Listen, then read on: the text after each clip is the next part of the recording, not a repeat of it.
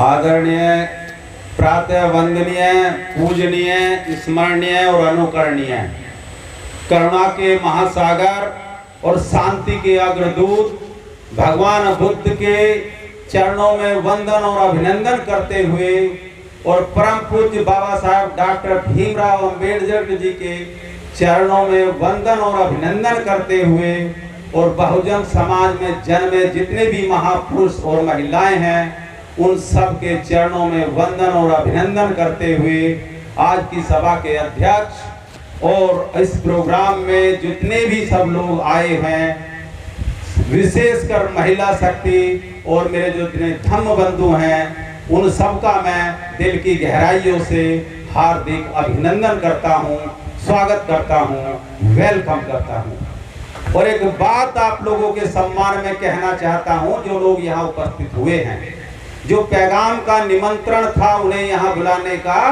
उन लोगों ने वो स्वीकार किया, तो मैं आप लोगों के उस निमंत्रण पर 2 लाइन कहकर अपनी बात आगे शुरू करूंगा कि निमंत्रण क्या स्वीकार आपने, निमंत्रण क्या स्वीकार आपने, जो अनुरोध था हमारा और हम पल के बिछाए बैठे थे, हमें इंतजार था तुम्हारा, हमें इंतजार था तुम्हारा। और इंतजार की घड़ियों को समाप्त करके आप लोगों ने ये जता दिया कि अगर धरा अगर साथ दे तो कुछ और बात है, और समाज के लोग इस पैगाम का साथ दे तो कुछ और बात है, और चलने को तो लोग एक पैर सबसे चल लेते हैं दोस्तों, मगर दूसरा भी साथ दे तो फिर कुछ और बात है। जोरदार ताली से अभिनंदन कर दीजिए इसका।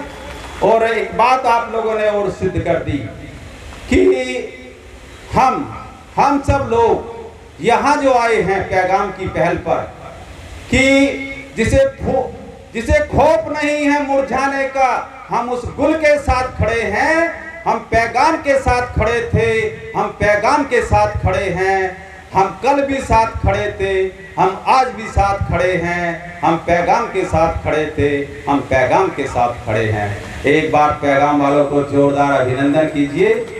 और मैं अब आप लोगों की उपस्थिति, जो मुझे ये लग रहा है, ये आभास हो रहा है कि इतनी भारी संख्या में आप लोग आए हैं और लोग आ भी रहे हैं, तो आप लोगों की वजह से ये पंडाल, ये एक बसंत ऋतु की जैसे बाहर सी इसमें आ गया है। तो और ऐसा लग रहा है जैसे किसी मालाकार ने माला के मोतियों को समेटकर उन्हें माला का सुंदर रूप दे दिया हो। वास्तव में आप लोगों की उपस्थिति सराहनीय भी है और एडमायरेबल भी है। तो मैं कहना चाहता हूँ, छोटे जल्दी अपनी बात करूंगा, छोटे छोटे मेरे वो हैं कि बसंत की रुत दिन बाहर के आते हैं और खिलती हैं कुलियां, बसंत की रुत दिन बाहर के आते हैं और खिलती हैं कलियां, मौसम प्यार के आते हैं, और देवालय बन जाता है ये प्रांगण हमारा जब आप जैसे बुद्धिजीवी लोग इसके प्रांगण में आते हैं। आप लोग यहाँ आए, इस भवन की, इस प्रांगण की आप लोगों ने शोभा बढ़ाई, और जो पैगाम का एक पैगाम जो है वो आप लोगों को एक पैगाम देना चाहता है, और उस पैगाम को आप तक पहुंचाने की जो जिम्मेदारी वो मुझे सौंपी गई है। तो मैं ये कहना चाहता हूं कि एक एक सुमन चुनकर हमने माला आज संवारी है। ये पैगाम वालों का पैगाम है आप लोगों के नाम, कि एक एक माला, एक एक सुमन चुनकर हमने माला आज संवारी है, और आज का दिन बड़ा ही शुभ और बड़ा ही मंगलकारी है। और महक उठा ये भवन हमारा जब से आप पधारे हैं, और एहसास दिलों को ये हो रहा है जैसे सदियों से आप हमारे हैं, सदियों से आप हमारे हैं, सदियों से आप हमारे हैं। जिस प्रेम और प्यार का आपने यहाँ मुजाहरा पेश किया है वो वास्तव में एडमायरेबल है। मैं आप लोगों से एक और बात कहकर अपनी बात स्टार्ट करूंगा कि मुल्क और कौम की असमत को बचाए रखना, मुल्क और कौम की असमत को बचाए रखना, और इस गंगा यमुनी तहजीब को बचाए रखना। और ये गुजारिश है मेरी आप सभी से कि अपने सीने में मोहब्बत का ये चिराग जलाए रखना। जलाए रखना, जलाए रखना। और यहाँ पर जो महिला शक्ति है वो काफ़ी आई हुई है। मैं उनका दिल की गहराइयों से अभिनंदन करता हूँ, क्योंकि वैसे तो इनके पास समय नहीं है। और जो महिला यहाँ आई हैं वो वास्तव में इस समाज की जागरूक महिलाएं हैं। और लोग कहते हैं कि बेटियां कुछ नहीं कर सकती। अरे बेटियां बहुत कुछ कर सकती हैं, क्योंकि रिटेंशन पावर, लर्निंग स्पीड और थिंकिंग कैपेसिटी अगर किसी में है तो इन महिलाओं में है। और प्रदर्शन को रिजल्ट में, टैलेंट को रिजल्ट में, रिजल्ट को प्रदर्शन में, और प्रदर्शन को जनता के सामने लाने की अगर किसी में हिम्मत और हौसला है तो इन बेटियों में सबसे ज्यादा है। क्योंकि और इन्हें जिम्मेदारी, बस आज आवश्यकता इन्हें जिम्मेदारी सौंपने की है।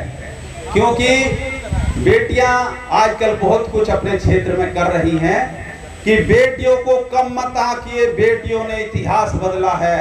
मैंने बेटियां जो यहाँ आई हैं उनके विषय में कहना चाह रहा हूँ, फिर अपनी बात शुरू करूंगा।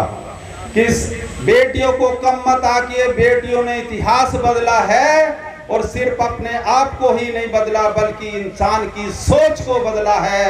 और घर परिवार धरती सूरज चांद सितारों को बदला है। और भीमराव की इन बेटियों की तो बात ही निराली है, जिन्होंने सारा का सारा हिंदुस्तान बदला है। एक बार जोरदार तालियों के साथ इनका अभिनंदन। और अब जो हमारे जो मंच संचालक हैं वो भी हैं कि भाई साहब की में थोड़ी थोड़ी बात खत्म हो गई था, नहीं है ना? तो मैं ये आगे की जो बात है, जो आज का विषय है, उसके ऊपर आना चाहता हूँ, क्योंकि समय का कम है। जो समय मुझे मिला है उसी में मैं अपनी बात पूरी कर दूँ कि हम जो ये मुहिम है पैगाम वालों की, कि फूले और अंबेडकर की जो आदर्शवादी और गौरवशाली विचारधारा है, हमें इसको आगे बढ़ाना है। कोशिश तो लोग सब करते हैं लोग बढ़ाने की, पर लेकिन कामयाब बहुत कम लोग होते हैं। बाबा साहब डॉक्टर अंबेडकर ने हमें बहुत जगाने की कोशिश करी, हमें बहुत समझाने की कोशिश करी, लेकिन हम लोग जितना रिजल्ट ओरिएंटेड होना चाहिए था उतना रिजल्ट ओरिएंटेड नहीं हुआ। कहते हैं कि कोशिश तो हर कोई करता है पर सफलता पाता कोई कोई है। इतिहास तो सब पढ़ते हैं पर इतिहास बनाता कोई कोई है। रास्तों पर तो सब चलते हैं मगर रास्तों को बदलता कोई कोई है। और समस्या तो सभी झेलते हैं मगर समस्याओं पर ब्रेक लगाता कोई कोई है। और वैसे तो धरती पर जन्म लेते हैं हजारों आदमी, लेकिन इतिहास में नाम दर्ज कराता कोई कोई है, कराता कोई कोई है। और वो कोई कोई और कोई नहीं, वो कोई कोई थे परम पूज्य बाबा साहेब डॉक्टर भीमराव अंबेडकर। इसलिए हम सबको उनकी विचारधारा को समझना पड़ेगा और उनके बताए हुए रास्तों पर चलना पड़ेगा। क्योंकि बाबा साहेब डॉक्टर अंबेडकर समाज की जरूरत थे और आज भी हैं। क्यों जरूरत पड़ी उनकी, तो बहुत सारा है ये, तो मैं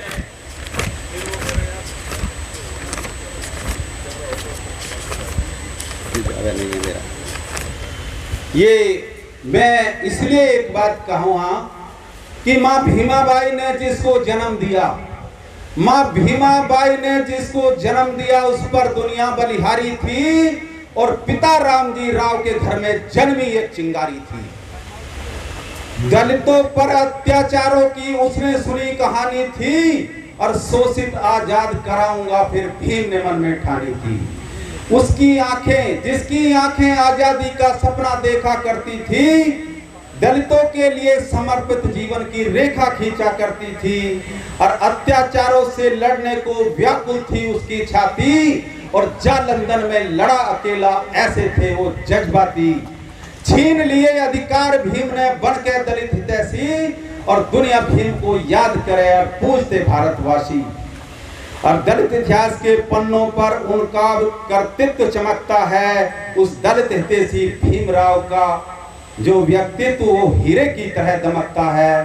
सारी दुनिया बाबा साहेब को बाबा साहेब कहती थी और पिता राम जी राव के घर में जन्मी एक चिंगारी थी। और उस चिंगारी ने क्या काम किया? उस चिंगारी ने जो आज समानता की बात, उस चिंगारी ने हमें ये जो समानता की जो बात चल रही है, भारत के संविधान के माध्यम से वो समानता दी, उस समानता को हमें बरकरार रखना पड़ेगा। और जो ये पैगाम संस्था सामाजिक परिवर्तन लाना चाहती है, अभी देर से पहले वाली पूर्व वक्ता ने कहा कि सोच बदलना होगा, कि सोच बदलो तो सितारे बदल जाते हैं, नजरें बदलो तो नजारे बदल जाते हैं, और किश्ती को बदलने की आवश्यकता नहीं है दोस्तों, दिशा बदलो तो किनारे बदल जाते हैं। बस आपको अपनी सोच का दायरा बदलना है, भगवान बुद्ध की विचारधारा को फॉलो करना है, बाबा साहब की विचारधारा को फॉलो करना है, और इनको फॉलो करते हुए आप समाज में आगे बढ़ोगे। और अब अंतिम बंद में कहकर अपनी बात समाप्त करूंगा कि बाबा साहब के कामों को, बाबा साहब के व्यक्तित्व को और उनके कर्तृत्व को भुलाना है बड़ा मुश्किल। जैसे बहते हुए पानी पर पानी लिखना होता है बड़ा मुश्किल, और ये समाज उनको कितना याद करेगा ये शब्दों में बताना है बड़ा मुश्किल, है बड़ा मुश्किल, है बड़ा मुश्किल। और अब पैगाम वालों को मैं धन्यवाद देना चाहता हूँ कि पैगाम की राहों पर ये पैगाम लिखा जाएगा, पैगाम की राहों पर ये पैगाम लिखा, पैगाम के वफादारों को मेरा झुककर सलाम लिखा जाएगा, और पैगाम की राहों पर ये पैगाम लिखा जाएगा। और बात आएगी जब सबसे अच्छा पैगाम चलाने वालों की, तो सबसे पहले द्वारका, दिल्ली, एनसीआर का ही नाम लिखा जाएगा, नाम लिखा जाएगा, नाम लिखा जाएगा। इन्हीं शब्दों के साथ कहना तो बहुत कुछ चाहता था, समय की पाबंदियां हैं। धन्यवाद। जय भीम, नमो बुद्धाय। बहुत बहुत आपका आभार शिषपाल जी, आपने बहुत अच्छे ओजस्वी विचार रखे। मुझे उम्मीद है कि हमारे सारे जो भी श्रोता यहाँ बैठे हैं सभी ने उसका आनंद लिया होगा। तो मैं सबसे पहले अभी सिद्धार्थ बुद्ध विहार गोविंदपुरी से बस आई है, मैं उनका स्वागत करती हूँ। ये एस.आर. शास्त्री जी हैं जो अभी वक्ता के रूप में भी हमारे सामने आएंगे। शास्त्री सर, आपका बहुत बहुत स्वागत है। और दूसरी बस आई है हमारी आर.पी. सिंह जी लेकर आए हैं मयूर विहार से। माननीय आर.पी. सिंह सर जी, आपका बहुत बहुत स्वागत है और आपकी पूरी टीम का मैं अभिवादन करती हूँ। तो मैं अगले वक्ता के रूप में माननीय एस.आर. शास्त्री जी को बुलाना चाहूँगी।